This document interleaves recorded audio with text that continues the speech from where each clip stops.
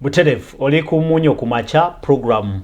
ku Salt TV amanya agange nze principal nkwaniriza era nkubuuza ko nti wasuzo otya nyabo wasuzo otya sebo nkukulisayo mu program musunsuzi ne Charles James Nkubuge ku Salt TV mwina ababeerako tubabuuza ko mu ngeri y'enjawulo era tubeebaza okukeera n'okutulaba n'okugoberera abatuuse dda ku mirimu gyamwe tubeebaza mwebalekera mwebalekola enensi kukola so si kuleekaana bingi ebigenda maaso ate bingi bye tuleese okwogerako mu kiseera kino nga n'akalulu ka 2026 kalabika okubanga kasembera twalabye ku mawulire nga Speaker wa Parliament Right Honorable Anita Among yamaze dda okulangirira nga bwagenda okusiguukulula Minister ow'ensonga za East Africa ate nga ye yali Speaker wa Parliament Right Honorable Rebecca Kadaga ku kifo kya National Vice Chairperson female mu kibiina kya National Resistance Movement byebyo bya bufuzi bitandise era bikyagenda ddala maaso ensonga za retired Colonel Dr. Kizza Besigye eyakwatibwa juzi mu ggwanga lya Kenya kubigambibwa nti yali yetabye oba yali mu bikolwa yasangibwa ng'ali mu bikolwa ebiseketerera ebyokwerinda by'eggwanga Uganda nazo ensonga ezo zikyalanda bingi ebyogerwa obutambi bwafulumye amaloboozi tetugakakasa balala bagakakasa byebyo tulinze ennaku z'omwezi zijja kuba 2 Desemba ng'aleetebwa mu kooti awo nno tutegeere ekiddako mu nteekateeka eyo yennyini naye n'enju ez'enjawulo nazo ez'ebifuzi zigenda maaso n'okweteekateeka tubuuza 2026 osuubira ki olwaleero mu studios nga bulijjo buli lwakuna tubeera ne Kiseka Salimu ava Bukoma Nsimbi tuwayeemu ku bigenda maaso tujja kuba tukuwa omukisa nawe gye bujjako awo nawe obeeko ky'oyogera naye ate tujja kwegatibwako ne abakungu kuva mu kibiina kya Forum for Democratic Change FDC tubuuza opposition eri ku ki mu kiseera kino kyennyini 2026 gw'olaba ki opposition yeteeseteese etya erudda wali nalabye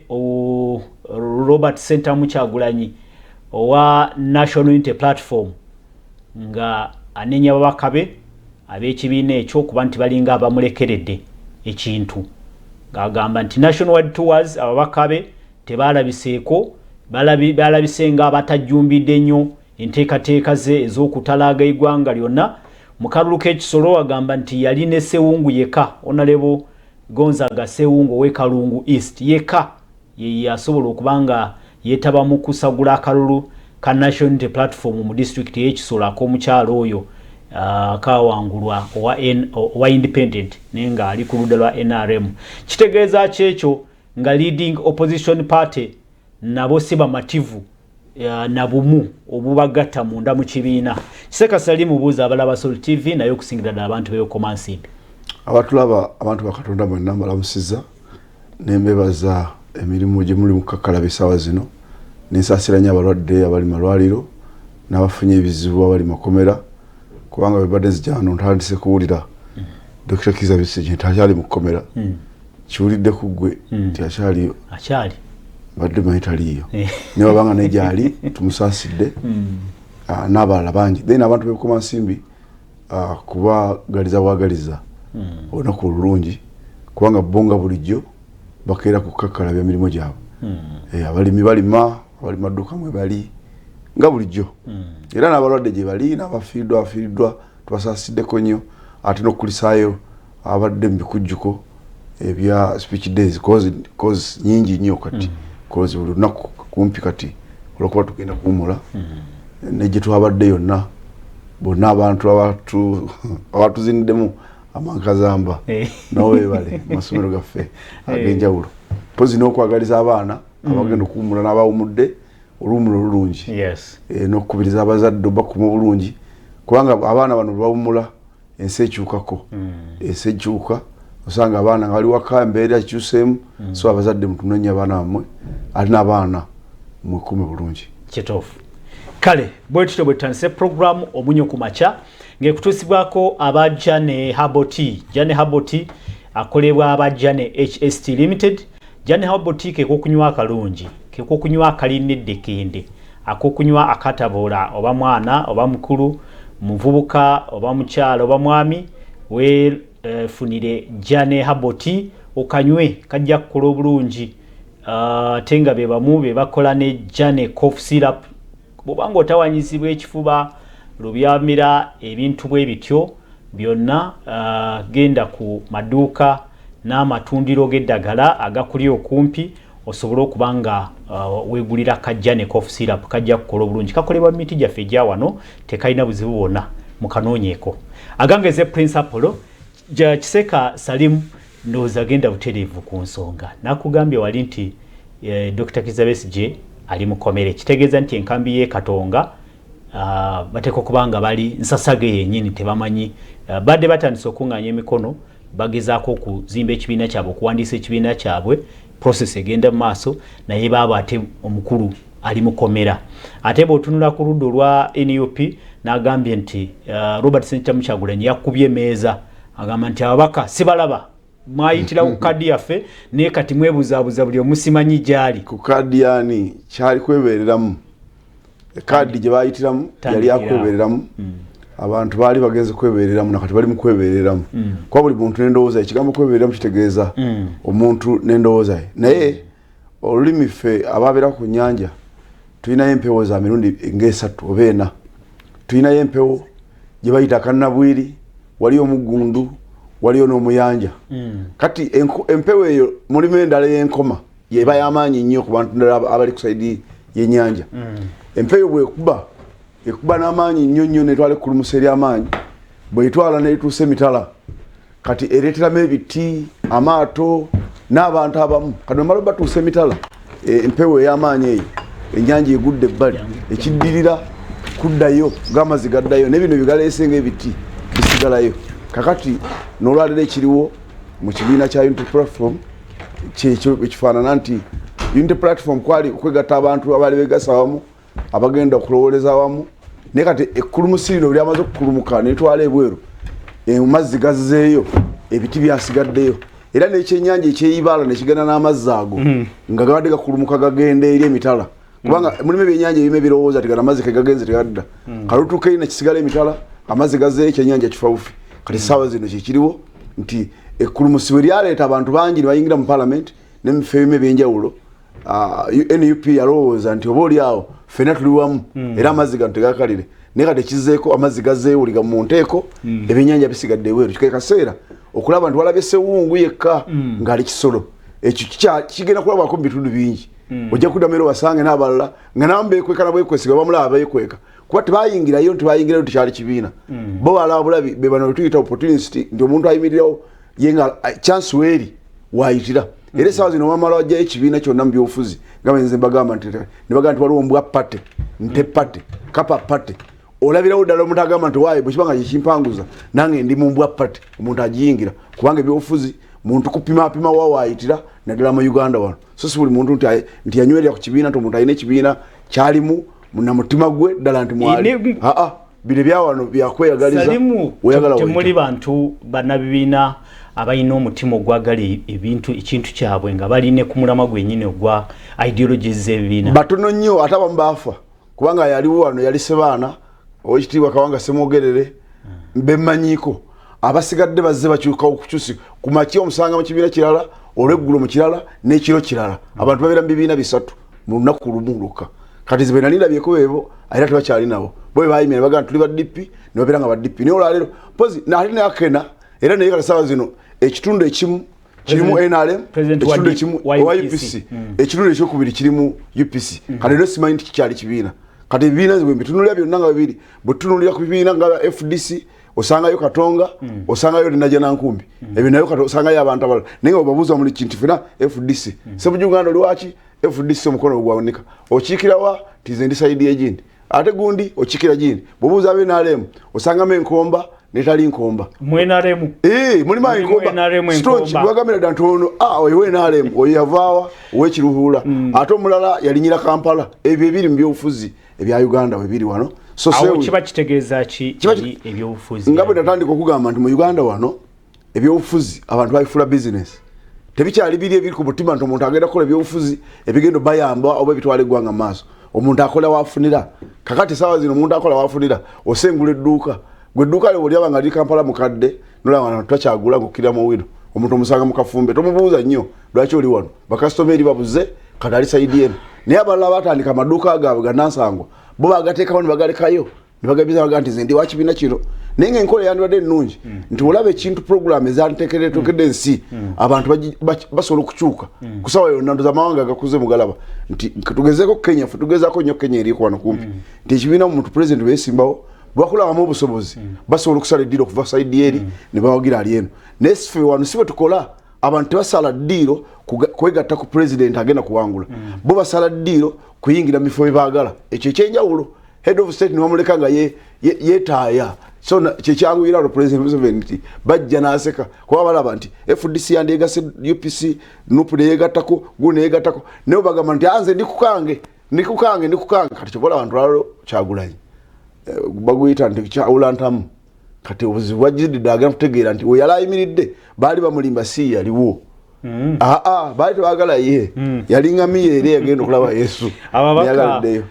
yajja nabo baali tebali kuye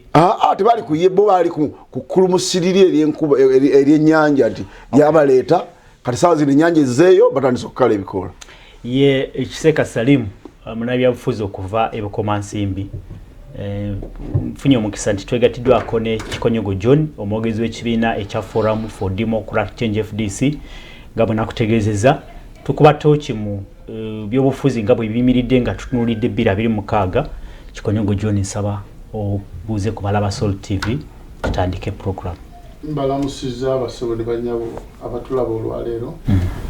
tusebo naye nkusamu ekitiibwa olw'okubanga wasobodde okumpita muganda yembulamusiza tosanze yayogera wano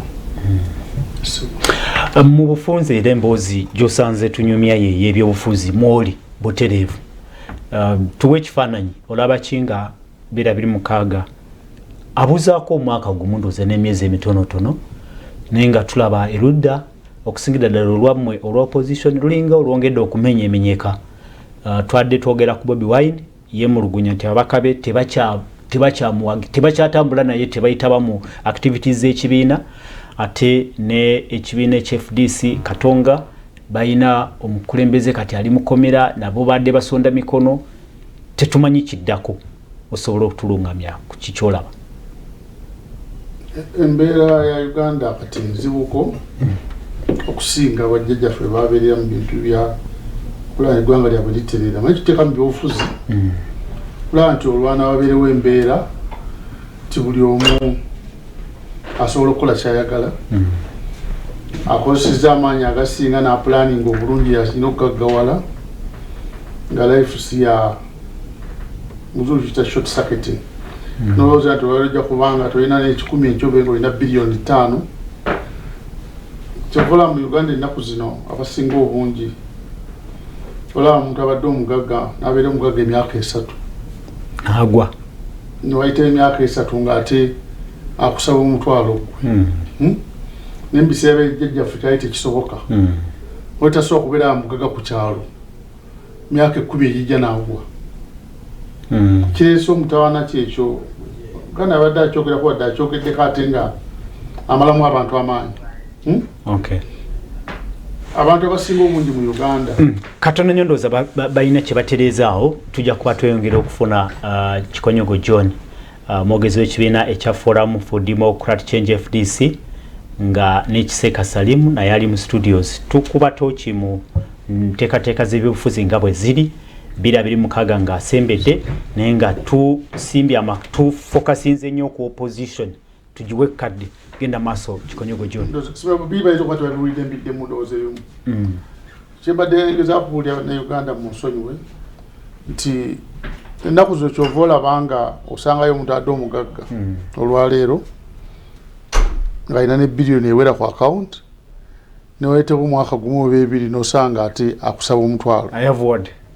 so mu biseera byajjajjaffe ne bakitaffe kyali tekisoboka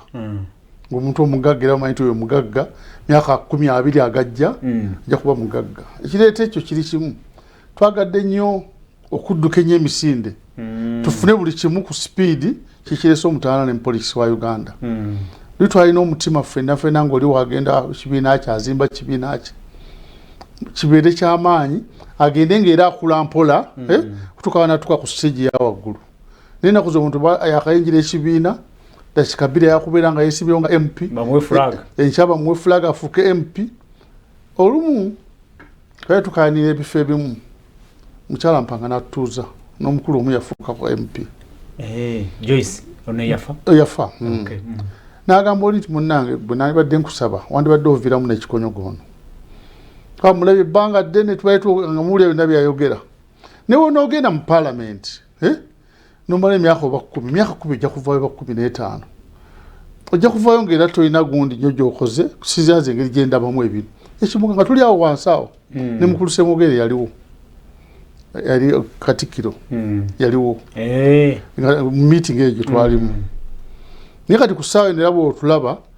kiyinza okuba saagenda mu paalamenti naye osanga sadda nnyo mabega ate etali bulungi nyeera kwenkana nze yagenda mu paalamenti amala emyaka ate ali bubi nnyo tali bubi nnyo naye tali era talina ekiyongerako ky'amaanyi nnyo naye kati muba mulina omulamu omunene gwe gusinga obukulu ku Uganda ekikulu opposition ya Uganda yeeyongedde okugaziwa ekiri fact abantu abatawagira mbeera eriwo beeyongedde obungi ne mwenaalemu mwennyini abasinga obungi tebawagira mbeera eriwo naye ekikulu ekibadde kibulawo kimu ani anaaleeta obukulembeze obwo bwe baneesiga okubawa bakulembere eggwanga kyokka kye tulina okunoonya nga opposition si kunoonya abantu bagenda tuwagira naye kunoonya abantu ani anaaleeta obukulembeze obusobola okukola ki okutwala eggwanga lino mu maaso obukulembeze obuli wano ku ssaawa eno abantu ndowooza batuuse ku level baga ati sikyalina kiba kinyira kusuubira kuva mu kintu kino sikyalinayo kipya wetutuuse kaakati tekyali kipya Katonda kati yatuvuga yatuyamba temukyalina ssuubi nti mulina kyemusobola okukyusa no fe tulina kyova olaba abamu ku ffe muganda nagaye nti ababuuka mu kibiina kino nadda mu kiri omanyi buli wonyira politics nga kyosinga okuwagalamu kugenda kufuna nze mbalabula bonna ogenda kuvaamu after 10 years ng'oli bubi nnyo okusinga wayingira politics kiddemu buli woyingira politics ng'ogaa nti kati zengenda muli nfune sente nga gawale nkole kino osingayo n'ennyumba yo ogende mu paalamenti naye wonootuuka mu paalamenti emyaka 3 gijja kuggwako onoonye ne sente ze watandisa zino ng'ogenda okuyingira mu paalamenti after 10 years nga tozirina kashi nze yakiŋŋamba yali sezaala wange taata wange azaala madamu wange my father in law nali ngenda okwesimba wano erubaga n'akeera ewange olumu yali tatula musajja yali mukulu bambale basajja wali okulya kwambaawo sedda bakusajja ab'ekitiibwawo nanga mutabani leero mpa ne kakyalina kinjagala okugamba normally tayimirira wakulubuuzakubuuza n'atambula nanga ogenda kuyimirira ku bwemupi nkusabira Katonda ogwe it was as blunt as that naye ng'oyakwesiba oli excited ebyo nolaba byonna abawagizi obalina nakama nsaba Katonda ogwe muganda nze lwaki nanga nti nze mbadde wano mu Kampala mbadde nkola kwamba house awo nze nalina omuwandiisi wa minisita asobola okuleeta amasannyalaze mu Uganda oyo Kawalya yali omuwandiisi we personal gundi we assistant secretary he was higher than personal assistant secretary nanga nti mbadde wali buli muntu yenna gwenda byabadde alina ssente naki nagenda nayingira mu paalamenti eyo nafuka MP baba yalina milioni 10 nga tannabagenda wayita emyaka 10 omugaso asooka ondaga 10 kino kyewalina ku account kindage nanga nti bonna salaba yakirina nakaba mu paalamenti eyo mulimu kisirani banga kyeriyo Kikonyogo that was 2006 kitegeeza Kikonyogo ebintu byayononeka okuva dda kuva eyo ye yaŋŋamba nti yali abantu bonna bakalolese talabaani byali mikwano gye naye nga tebanagenda mu politics they were doing better bwe bayingira ebyobufuzi bundi Dr. Lumu baani abo bonna nga tebanakuyingira politics simbo bali better off naye bayingira mu politics ate embeera yaabwe neyononeka okusiira ate ogenda mu paalamenti yaŋŋamba paalamenti naye nga tewaliyo kisiraani kyeyo mutabani nsaba Katonda oleme kuyita maybe olijjukira statement eno gye nkugambye okanya n'ekiseka nti ensimbi okwagala ensimbi mu byobufuzi kireesewo obuzibu ate sina kwagala nsimbi kyokka omanyi kwagala ensimbi kyandibadde nnomu ku muntu kulema okwagala sente okugagawala ndi what have you naye okuzaagala ku speed kuzagala ozifune maonga gundi yote natuka edda batu prepare ya ragati kati noka ngenda kukola myaka 8 nja kubandoza atanzi nguze ploti myaka weji neka leta kuzino buli mwapanga kufuna ploti myaka 2 ngakola we nechikupapya notukano kola bitu yote handikozi kubanga papa okutuka wali ate wenkanene chikonyogo avuga ati motoka wetu funa tulimpati tulire nese kuite wa pati nange ndise kuite wa pati tomanyi background ye azi no kube motoka tiyajiguzi nga bamuwadde mpe muganda yaje muwadde nzizika nali sana kuva musomero my brother yampe motoka era kujejja ko nange naganti wachi omusajja napana nja kwegulya kuya motoka jina soko gula saji kula kubana linje etanga nena jukula nganda wange nja kwegulya ku motoka ki yange nange era najukweka kumala miezi nge3 nga sa brother ngakoleshi ajirabe nika kati we baba jimpadde buwi gwe gundo noyaga nawe ate ogaiti ne njagula nga kikonyogo kati we go spend money for so mubalina bwe batyo kati wamwe mu kibina nga balulunkanira no, I think the wave eri mu Uganda gatibana kuteekateekebwa nga balulunkanira ebifo n'obuvunanyizibwa yes ngola ba DPA yedde ne FDC gye twalina yasooka ng'olina okutraining omukulembeze no wanda kati abakulembeze abasinga bali mu government ye NRM bonna bava mu FDC abasinga abakulu ne DP olva abasooka ne kati abasinga bali lete si bonna bava waffe be bateekiza over ebife ebisinga okubaje bonna ne deputy ne IGG bonna bava waffe kiraba hakati twayituna gundi eyo bakama waffe so tewakyali ntegekeye mentoring n'okuteekateeka bakulembeze tewali bulungi waliwo olumu ogundi yayogera ne in fact yali musumba Salamu musumba hona lebo ne latigo nanga kikonyogo gena kwesima ne ogenda mu parliament kyenkwegairya kimu topapanga kwewola sente nga wakatuukamu sente ezo labanga entono ne osasula emyaka egi na lyafugire emyaka ena licha ojja kuba mwavu nga tolina sente ate nga constituency ekolaki ekubanja omwaka guno gwokutano ng'ojja okufuna full pay ate full pay yonna ebedda muki edda mu kalulu therefore bw'ogwa mu kalulu you be finished kale training ezo tetuzirina kati ovola omuntu apapa kaliva mu kibiina kino ngende mu kirindoozo kyekijja okunfunira kati kubaza wonooyitira wonna kati wotandika okubaza mu bulamu bw'ensi eno polisi tumufudde nnyo nga agenda mu kasino kasino abazaala nogandi kantekeyo miliyoni moyozaala bwefuna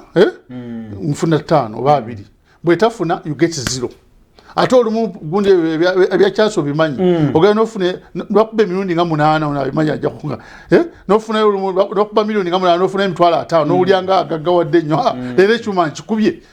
n'osanyuka naye nga kyakakuba miliyoni 8 ng'okubye emitwalo 5 kati polisi wa Uganda bavaamu nga bali bubi nnyo bwetagenderera tumutwala mu leve eyo ate eggwanga tulitta eggwanga kasalifa wano kukowa ekonomi netubanga bweba tolina gwomanyi tolina kyongeza kufuna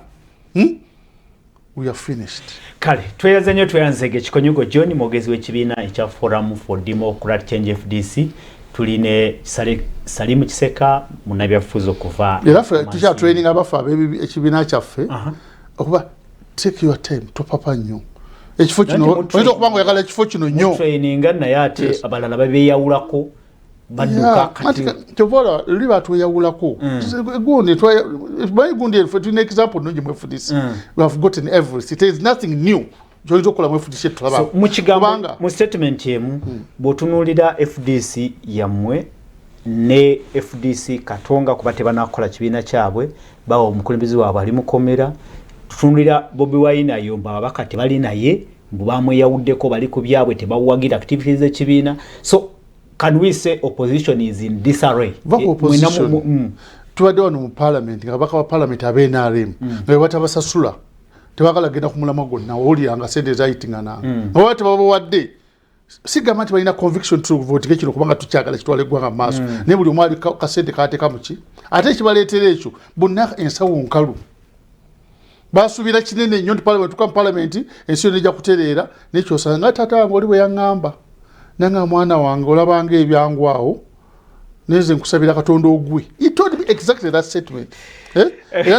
yansabira nengwa era sayitamu ne tegeza tewanyiga ng'ogudde kuba mayi omuntu agamba ekintu omukulu bodda wekanga oli mu room mayi apolo kisinga obutawana mu Uganda ekisinza okutonya Uganda politics abantu kwerimba apolo watu ina mutwalo n'ogumu oyinza okulaga public nti ndi bulungi nayinza okulaga nti sina kinuma kyonna public nebo dda mu kisenge wekka teweerimba ngo olina okukkiriza mutuufu sirina ssente naye nkoze ntya politics twerimba ne twetweka ku level zitulinawo kutuukako abantu bonna kati abagenda mu parliament 90% bali tebalina kutuuka genda mu parliament nga tebali redde kiddemu ekyo 90% bali tebalina kubeera redde kugenda mu parliament sigamba basoba bina babirina ne preparation ene y'omuntu yali badde agenda mu parliament engeri gy'ozisingamu pressure temptations naki bali tebalina biyitamu kati batuuka mu kintu babi nakola ekintu kakimuyitiddeko obunene representation y'abantu ate ennaku zino eggwanga lyavu nnyo abantu ffe baavu nnyo abantu abakiikirira parliament edda nga terira musaba sabbuuni okitegeera mukama wange naye ennaku zino 80% y'abantu bagala sabbuuni okuva gy'oli tweyanze nnyo tweyanzeege naawe atulaba ku Salt TV osobola okuteesa sindika obubaka ku noti 7 noti emu 6 noti 9 noti 6 sindika ku WhatsApp sindika ku SMS otubuulire olaba ki mu bavuganya gavumenti nga tweteekerateekera 2026 beetegese batya mu ndabayo ey'ebintu twagambye nti aba NUP njogera ku NUP olw'okuba nti ye largest opposition party mu parliament ate ne mu kalulu kali yateekawo okuvuganya okw'amaanyi president waayo agamba nti abaka sibalaba abaka bagira twabawa kaadi gyemuli eyo mukimanyi nti ffe twabaleeta naye ate musuuliridde enteekateeka z'ekibiina awo nno bw'otunula eri ne mu bibiina ebirala nawe wali ebizibu kati olwo tusuubire ki Kiseka Salimu owulidde ebigambo bya omwogezi wa FDC yakkiriza nti obaolyawo waliwo ebyasoba kati awo ate bw'olaba nga agambe bw'atyo biba bio kubanga wano tulabye nti FDC tabakulembeza abasinga mubadde bavudde okujja mu NRM ne balinga abazzeeyo buzi mu NRM kuba abantu abasinga mu FDC bonna batandikira mu NRM kati bava mu NRM ne bagenda mu FDC bava mu movement enjawulo teyaliiwaawo kati ne bava ne bajja mu FDC kati abantu abasinga kivolanga n'emirimu bayangulwa n'ogifuna ne bagenda babatekayo kubanga baali mu NRM eri abaali abagunjufumu era yes botune FDC ti abantu baabwe baali bateekeddwamu mu ngeri emu benda ndoza tunaga tadi Kiza Besigye yali mu government mwenyini nga minister n'abeera mu kibiina eri akategaya omugenzi naye yaliko naye najja mu kibiina so abasinga bangi yali nteekateeka tokuba baali bava mu government bayangulwa okujja mu kibiina bakikola era ne kibangwira ate n'okuyiddamu okuyingira mu government so ensasage eriwo era yekiseera kino ekizze ti abantu tweyongera obungi n'endowooza ezeekyuka kwe kusanga ekibiina nga kimaze kusplitinga side eno neno buli mundu asanga kola ki era alizo kulowooza ku mutaka ne uli mu mbeera yaabwe yali yabyabufuzi katwaleyo ya mutaka era ekirimu FDC abantu abasinga mutaka yali mu kubaawula mutaka otegeeza mutaka ndowooza ssente era zimanyi nti tewaliwo nsasage yonna mu FDC mpaka we baamala okuyingira mu kalulu bakayingira ssente ne balowooleza bannaabwe nti gunda alabika omanyi kati nze mbeera ne Apollo naawe ne webakasaidiye eri naye nebaka eno gwe mpulira tofuluuta ng'osirise nandowooza nti wagwe oli bulungi kumbe naawe ekikuliko nange kyekiri ku nze kale baba nendowooza entono nze erega waayi gwe olabika walidde kumbe nga naawe tolina kyowadde kulya kati ekiddako obanga tosobola kwekontrolinga gwe tempayo ekiddako kwe kugamba munno mu lwatu n'ekiddirira kwe kwawukana so kyekizibu kyokka ekiri awo kusaidi eno gye twogerako eya nupu nti nupu yazze mu kintu era nga mukulu wange wagambe nti mulimu abateetegeka nupu yaleeta buleesi nti waliwo n'omuntu ayetalowooza gwe balangira obulangizi nga ali ku malwa nomugamba nti gwe gwoyisemu gwe kansala nze namulaba wano naninondera wano nze nalonda gabaawo naye waliwo kansala ayayitamu bamugamba bugambe nti wayisemu ye yateeka bute sirinya lye bagenda okugamba nti yayisemu dda agenze ku district naye nga district yagenze ku council gyagenda okuyita tamanyi nawe bagenda tamanyi bayimire ne leero gyali kata ye walowooza kikolego kyayogedde nti ebitundu 9 sina 9 kubayingidde parliament sina 9 bali mu parliament okujjako abo abaalimu bajja accidentally abagirimu ate tebaweza bitundu 10 abagirimu abasinga abayingira bonna abapya balinga 95% nti kyali accident bulijjo tukibagamba wano nti ekintu kyagwa ate sina accident wabula soda motoka yagwa ate neyeseke negwawo kanaleka kunywa bunywi nga n'emigaati weegiri ne balya kati gwakaba accident yo n'okaaba ng'omulonzi tiye motoka yange egudde naye nga waliwo asanyuse kati bino byajja nti abamu basanyuka era kyesikiriziganya nkola kimu n'omukulu wange nti mulimu abataafunyeemu nze ndabye abagezza amatama ndabye n'abavudde emizigo abadde apangisa akazigo ke ng'essaawa zino memba wa parliament yaguze akayumba era abasinga nti loan eno gyayogeddeko kati nomalodduka nogera ali ku parliament nogera olupapula toddamu kulaba afulumira wano ku parliament mulyango abanoonya guli ogwa president's office misinde abamabanja ate si mabanja noganaga loan aga banka bayina ye ya banka kwa banka omuntu olumala okulayira banka zonna nga zikuleetera ebipapula byabwe nti ffe tukuwa ebina tukuwa ebitaano sayininga wano naye waliwo ne bamanerenda ababeeyongerako kati abamanerenda gatta ku banka ebizibu ebiri awo ku baana bano era kyova olaba nti abayingira mu parliament ku mulundi guno olw'okukulumusi essaawa zino tebagenda kuddayo tebagenda kuddayo kuba ekisooka yasuubiza abalonzi enkola ya wano yakyuka tekyali muntu asaba kalulu ng'agamba nti gavumenti egenda kukola ababalonda tebakyaliwo bafudde baawubisibwa kubanga baba bagamba tugenda kuyingira ensi ensuubize ensi empya nga naawe muntu toyinza butagala kulaba nsi mpya kati bensi empya ne bagibasooka bera ne bagibeera mu bokka be balonda kitegeeza kyekyo kiseka kitegeeza nti mu kalulu kabira mukaga ekitegeeza nti wajja kubeerawo enjawulo abantu bandironda abantu abali mu ensa agolo nawulirako president Museveni ng'agamba nti Bobi Wine yanziba abantu abamu bakitwala lightly nga balowooza nti kyayogedde kyekiri kyala ategeeza akimanyi nti bagenda kuddayo nga bagendayo kati ekyate mbabuuza nti lwaki tebagendayo kuba baali bamu bambu naye yakitunuulidde dda nti abaana bano bonna yabaleta n'abakwasa mu nva abasinga baliko amasavu g'ennyama kati abantu abagamba tetulya nnyama tetubba nva ogenda okugoloka nga omukyala akutunuulira engalo nga zonna zijjudde amasavu kati tategana kugaa nti gwazibbi akutuna butunuzi n'asirika kati kyekiri wano nti babatega akasente ke baali baagala bonna ne bakayingiramu era kyovula ensasagga eri awo n'omukulu w'ekibiina yennyini abagamba nti buli ayingidde mu parliament waliwo omutamwe gw'alina okuleeta era ne bamubuulirawo nti ffe tugusobola tusobola zino kati ebyazzeeko bwe bagamba tugende ekisolo talina transport tolowooza nti baganyi buganyi kisolo wala okuba nokuvuga emmotoka okugendayo emitwalo batalina mu 7 bagulamu n'emmotoka oluusi batamanyina consumption zaabwe abalina kawundo bagivaako abalina kamakekisi bakaleka ne beteeka ate mu mpenko nyimaliwo nzibenda bawana bana nagule emmotoka milioni 3 ng'enywa amafuta emitwalo 4 ate ayingiza emitwalo 3 naye agala kubeera mbu ye MP mu bigambo onalebo kati omugamba avuga ogenda ekisolo okome wano kakadde ne wanaasula milioni 2 agenda zijjawo abasiga tebagendayo naye singa byabadde wano Luweero watambulira ne mu taxi singa bayitirivu bandi badde badde soba Masaka chobola nga bagenda Kikonyogo John lindako katono waliwo kyayogedde nti abantu babategedde nti bakola ensobi tubeere n'essuubi nti mu 2026 twandira bawenjawulo nti balonda abantu oboolyawo abayina kye bamanyi ku buvunaanyizibwa obubakwasibwa omutaana tugo tusinga omunene oguli mu Uganda guno teguli yatenda ba MP guli ku balonzi bennyini bw'obuuza abalonzi bo bamanyi kye baagala kye balonda amazima gali tebakimanya abasinga obungi bodda ku mpewo wano kati ekyokulabirako nobeera ne TV wano nga twogera ng'oyogera ebintu ebiyiza okuyamba abantu kitomba tulowooza okuyamba eggwanga lyaffe nogaa twandibadde n'eddagala n'abasajja balibba abantu gwe TV bagijjako naye tuba wano nga tuvumagana n'ono tugamunga evumagane tuvumagana ku mpewo ate bonna bava ku TV eno gyetwogererako ebigasa ensi ne banyumirwa bano abakola ki abalwana ne bagundi yavumye gundi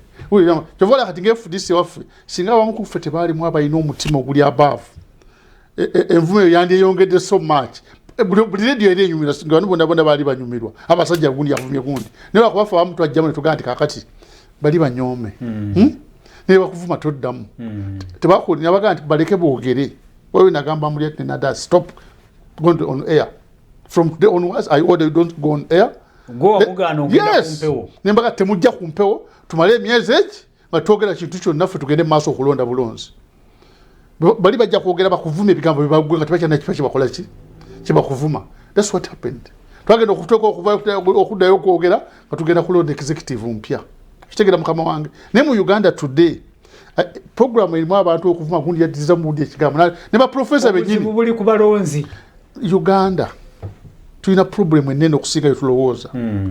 tufokasiga ku kintu ekiyamba eggwanga oba buli omu afokasiga kati ku kimuyambanga ye temuyinza kubanga muli mu society nga buli omu alowooza kiki which means bwemba abantu 10 mulina idea 10 ziyinza okukola mu ggwanga no tufa tukola ebibiina bino fena tuleta idea zaffe nga 10 tuzituleyo tuzirowoozeeko oyinza okuba wadowooza nti olina idea ennungi ennyo muno naayetenda ogola amani yange nati si nnungi kwekana eyooli idea gye mujjamu ng'ekibiina ne mugitwala ekyali very important naye ku ssaawa eno tulina problem enene it's national teri busiga nti yakibiina kimu naki buli omu ayagala kulowooza kike ayisaawo kike nowande nolaba bulubana bwenalemu eribubira okusinga ffe olaba engeri gye bakanya linda tugere primary zaabwe ojja okakasiza tekibadde munda kibadde kikola ki kitokota nga tomanyi bajja kubagala olyaga nti kufana kuwona olaba abantu beyokya wano mwenda buli mu kalulu ka primary zaabwe nebiyokera olina ayokya munne natta munne nebuuza lwaki kati omutta ebwe mpibo kabukussa munno kati okyadde agamba ekimu kyebanjagala okuddamu agezi naga nti abaana bano bakyuse nnyo amatama gonna gazimbye abasoma economics muna kimuyita balance sheet nobanga otegera nina sente bweziti nina namba manja bwegati amanja gano wengawula ku sente zenina nsigazawo mmeka bwe bandibadde obugagga obundowooza naye ku ssaawe nabo bonna boogambye nobeera n'ennyumba olwayo n'emmotoka ennungi naye ng'ennyumba eri wammanerenda n'emmotoka eri wammanerenda ate sente zogenda ogenda nazo ku wiikendi ogenda wammanerenda wewole sente oba oli mugagga naye kati ffe twayagala nnyo obugagga buno bannanga obwensibo I was interested in wealth notegera nti n'obugagga buno tebuvaawo wakiri naye kati gwe bameka basobola okubalansinga sheet mu parliament yawo nga bwe tulimu aba bali mu tebasobola kubalansinga bonna tuyina problem ennene ate nze mbasaasira I feel bad bobeera n'omukulembeze atalina budde bukulowooleza babudde kikalowooza alowooza looni eno neggwanga terigenda maaso kati funa obubaka tugende maaso ne programu yiga Samuel Mere na mulondozoni bweyogerere Mr. Palabale kueleza big up those intelligent political comrades for their good views about politics. Really in Uganda most politicians or leaders don't focus on building future leaders and their political parties. Instead they focus on which party with vibe so that they can win positions. Kyetwogeddeko abantu batunulira wawe bayitira tebatunulira kuzimba biina byabwe. Mwebale kueleza gwanga abavuganya government ensangi zino abasinga beenonjeza byabwe tiwali kyanjawulo kigenda kukyuka okujjako nga bajjemu omulugube nze Kasujja Isaac ekiwulogoma kira tweyanza nnyo tweyanzege Isaac kubanga olaba n'okugoberera. Thanks Mr. Apollo. Gomba is watching. Timu Ronald etumbudde mu Gomba West. Uganda's opposition is in trouble. They are swimming in an ocean full of gonya. It is going to cost them dearly in 2026. Their biggest problem is not the ruling party, but their own self-doubt. And they are panicking because they don't believe in themselves. That's a recipe for disaster. Message mpamvu konjitemyeko netweyanza nnyo tweyanzege emanduso ya MK Chief Mobilizer PRU NRM Gomba District. Naye ate yabadde kikonyoga gambye nti NRM ate yeri bubi nnyo kirowoozeeko. Ebyo bye principal bali kuweereza tebeetegeseeko wadde n'akatono omukulu omululu gw'okulya entalo nyingi obwana kyemalira etc Agnes Munamityana ebyo bye bibalemeseza okwetegeka. Tweyanza nnyo tweyanzege Agnes okubanga olaba ate ng'otumbudde. Good morning Mr. Apollo. Mbuuza Mr. Kikonyogo nti banajjamu batya abantu endowooza gye balina nti FDC ekolera NRM. Ekyokubiri okwawulamu ekibiina ku FDC ate ne musigala nga mukozesa erinnya limu mulowooza mu 26 temongedde bibiina birala maanyi. Message mpanvu nayo njitemyeko agamba nti Kalwanga Musa ndozo mufunye bulungi ojja kubanga omwanukula. Apollo Nsiima mpereza yo Kato Lubwama omugenzi kati yasaba bamuwaalye n'ababaka baffe bagenda kulya kale Uganda yaffe kale Senfuma ekyankwanzi nawe wabale kubanga olaba wabale n'okugoberera. Joram ali Kasubi Kamya Joram Kasubi agamba nti wabale kuweereza principal ekituufu kiri nti ababaka ba NUP ne olaba besamba emirimu gy'ekibiina kadi bazigula sente nyingi kati nabo bakyajjayo sente zaabwe. Kale neyanza nnyo Kamya Joram kadde no kantwala ne messages kyali nyingi kansomeyo satunveeko. Those who oppose the government have a cause but they are unmature. Kigambo kyakozeseza politically unmature. Kale because they are job seekers, game players, liars, inciting and indisciplined. Kale yendowooza yo amanya kankebere ku status wano ndabako ndabako Ivan Sembus, thank you so much. Yendowooza yo. Mr. Apollo, good morning. Nze Semakula naye ekizibu ekiriwo abantu bagenda ne balondesa amaalo. Gule kuutya omuntu abawadde basale 5 n'omulekawo n'olonda simbo. Okay. Nayo message kanjitemeko Semakula wewale nnyo neyanziza olwakadde. Salongo Dumba Richard ali Kasese bwera ku boda ebina biyamba ki ng'enguudo nfu nze nsaba biveewo. Onyize nnyo Richard munamwanukula bali mu studios. Message nyingi naye akadde ngenda kubanga ezimu nzireka naye katuzike. Kadi oyo musajja tutandike naawe kikonyogo. Oyo mukulu ayogedde. Enguudo mbi yamba kye bibina naki. Alabika WNRM. Naye singa data agenderera mukama byayogedde ennaku zino. Museveni president. Oyo byayogedde aga development yeggwanga weri negwe naye mu nsawo. Akati goito ganti enguudo mbi naki. Nga neba nalukola otolina kyojja kweyongerako embeera endala bwe banga sinungi tereze eggwanga. Neba nakola enguudo ne zibeera first class. Waliwo ayogedde ku kibiina. Kati nga bakola luno Entebbe Express. Majority y'abantu abali mu Kampala baluyitangako. Waliwo ayogedde ku kibiina kyama FDC mwanukule. Nti akantu bakiroza nti KNRM. Kakati kinabava kitya mu ndowooza ate n'ekirala mbu n'erinnya bali bakozesa FDC mugenda kubuzaabuza abalonzi. Omanyi bw'obanga otunulira wakitunulira byenjogera obitwale okusoka noze WNRM biki kubanga kati nze njogera kyensuubira nti kyekituufu. Golowooza nti abo bonna BNRM kubanga bakibateeka mu mutwe era enjogera yaliwo abasayidi eri nga boogera ab'Ekatonga kwagala okwonoona tomanyi tuyonoona kinene okusinga ki to the core. Naye with the time abantu bajja kulaba amazima. Kati bali bagenda kukola ekibiina nga olaba bagenda ku speed nene ennaku zino bagaba balifaringeko nga FDC Katonga ekintu kyokooye nga kikuunyira ziizi lwaki oba okyagala okusigaza erinnya lyakyo n'ogamba nti FDC njagisaanyaawo so bagamba gisaanyawo yonna eggwewo. Kakati omuntu abeera w'ekika ekyo abeeramu n'ettima buli wobeera nga okozesa ettima Apollo okozesa mangi nnyo okwagala okulumya Apollo so nga ate oba n'essanyu lingi nnyo okuyamba Apollo.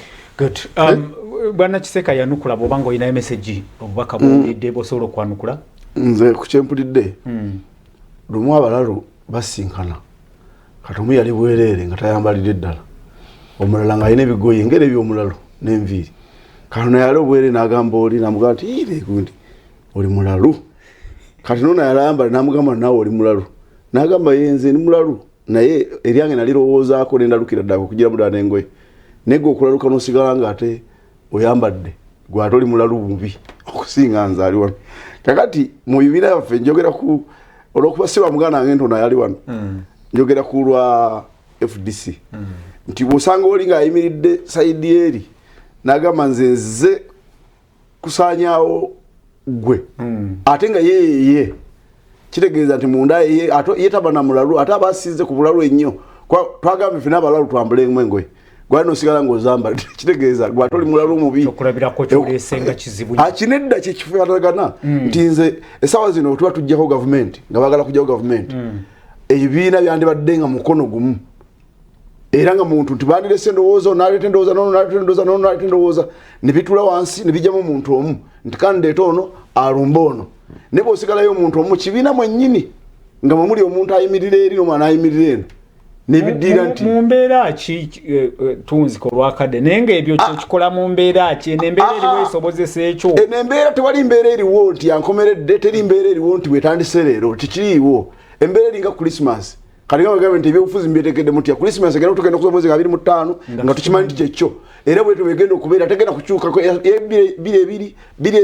ne 4 ne 5 begenda okubeera so kati nebino ebyobufuzi bwe bito bibiri essaawa zino zituuse bantu keterekero kuyingira business abayingira parliament bayingire abatayingire tebayingidde as usual abagenda okukaba gye bali abanasanyuka nabo gye bali eyo emirembe egiriwo bwe bito mu mbeera so teri kipya muntu kyagenda kuleeta nti kyali kipya embeera egenda kukyuka enjuba eveeno oba eveeno tekiriwo wabula ffe abeetegese abaagala okufumbira bannaffe tuleme kulwanira mu biyungu nti oli bwayingira mu kiyungu n'olya nga taata wo alwanye ne maama wo gwalinze emmere situka ogenda kuba bagenda giyiwa n'okuba nti bagifumbye kati bwe tunalaba nga batandise okulwanagana bwe abalonzi bulijjo bagamba nti mu abalonzi abatunulira abantu bwemulaba abantu nga balwana munda mu biyungu gye bafumbira kebembe MNRM ebe DP ebe UPC oba NUP oba FDC n'owulirayo eŋŋumi eziri eri gwewetegeke gwe nga gwe omanye nti emmere tekyali ekiddakuze kanveewo naye gwe bonaoliyingirira bwotolinde neswaniyo abantu bajja kukubira bakabalangulo tuli betwogedde byonna tulinga abali mu kavuyo kenyini mu crisis kale njagala nga tuwunsika mumpe ekirowoozo kyammwe waliwo essuubi nti tunakivaamu kino mu bwangu oba nedda tandika naawe okuva mu ki era ki kyetulimu kino kyetwogeddeko tebisobola eringa crisis bino nedda gavumenti byeyongera buli lunaku nze nyina emyaka 48 tetugenda kivaamu nyina 48 ngenda kuweza tugenda kusigala bwe tutyo mu kavuyo kano buli gye tweyongera obungi n'endowooza okukyuka buli gye tweyongera obungi n'abalina omululu omutonotono kulira ddala gino mirulu gye gitawaanya ensi gino mirulu gy'abakulembeze abalonda n'abalondebwa abalonda bennyini nawo mululu ye bw'ayimira takyabuuza nsonga nti ogenda kukulembera ki abuuzo zenaki abamu bakuwona ne ku mimiro naganzi gunkolaka kati gwe omusuubira ki agenda ozikuweera ku mimiro kiki omusuubiramu ng'agenze mu palamenti oba nga kikonyogo gyo waliwo essuubi essuubi tulina kuvaayo ffenna tujjukiza abantu ffenna twatomera ebintu byennyo tubitomedde tuzze tutya ku mulamwa omunene ogulowooleza ku ggwanga lyonna nobeera obakimulowooleza ekyalo kyammwe tukitereezezza tutya ffe twakuliranga bulungi bwansi akolebwa everywhere naye nga olaba akiri automatic olotekamu n'omutima gwo n'ennaku zino buli omu ayagala kukola ki ye kasaka banga ekinya tekiyitawo wakati wakiri nkikola ekiyitawo agundi nze ndowooza ku ssaawa eno abagenda okwesimbawo bensinga okusaasira kuba kati ssente z'olina okukozesa okuyitamu jada yennyini nyingi nnyo terina omwazi ina ku akawunti baba bazirina abantu ku akawunti abagenda okwesimbawo tebaweza 2%. Abazirina ddanga azirina bwadinaga zengenda okwesimbisawo zonna nzirina olwakadde kakati bonna abagenda okwesimbawo ze kati mbasaasira tuyinza kwesimbawo kati gundi constituency eyo n'okuyitamu ng'MP nga tulina miliyoni nga ekisolwawo mu by-election tobala kati busingi wange tolina miliyoni 4-5 kati olaba wezibeera entono naye mu Uganda nogenda ombulira n'abagenda okwesimbawo bameka abalina miliyoni 5 ekitegeeza kakati nze abantu mbawa amagezi titwekaniikirira nnyo ku kintu kisusse buli osuubira ennyo okufuna nze ndi muzanyi wa chess batraininganga tibolabanga muvu nga nnungi nnyo mwezi ndakuzanyira mu nsi yonna omuzanyi ogwo ku level esembayo waggulu mu nsi buli amuvu nga nnungi nnyo kwata emikono gyo giteeke mabega kokyofo yatugambanga buli wolabanga muvu ng'erabikanga ennungi nnyo togifunamu mirundi egisinga okuba eba si nnungi ne business era bw'eri ono businessman abimanyi buli wolaka business nga otekamu miliyoni emu ofunamu 5 chance y'okufiirwa miliyoni eyo eri 99.9% ogifiirwa complete n'otaddamu kufuna kale kikonyogo ekigambo nkusabye ekisembayo kyogere ekisembayo kiri ekintu kimu ffenna tusooke tuddemu emabega buli omu adde mu ruumu ye tulowooze again twagala Uganda efaana eti thank you ekigambo ekisembayo kugamba nze ku mukwano gwange mukimbiri abadala tulaba yagenda n'akasente mukwano gwange musuubuzi tuba tukola ffenna wano yagenze ne sente mpitirivu kuyingira mu byobufuzi bino sinze mbikugambye ne mukwano gwo kikonyogo yakyogedde nti ebitaano bitono naye obuwumbi obwo muganda wange soka wetegereze woteeka so sira kiragigaa waliwo kumusitulira entanda oli muganda wange kale atulaba ku Soul TV bebite bitambudde munyo ku macha nkyaleero agangaze principal program ene kutusibako abajjani haboti bebakola ne jane cough syrup obanga otawanyizwa ekifuba bwe bityo olubyamira n'onyaka jane cough syrup ojja kuba bulungi tusinkane olundo lw'enkya bwenvaako sports updates wabadde empiira gya Champions League Premiership ajja ku weekend beerako owulirize analysis byebanakutegeeza nsimba kikonyogo ne kiseka ababaddewo namwe abasindisa obaka production team yonna nsibe bulungi mukaba bakuume mweraba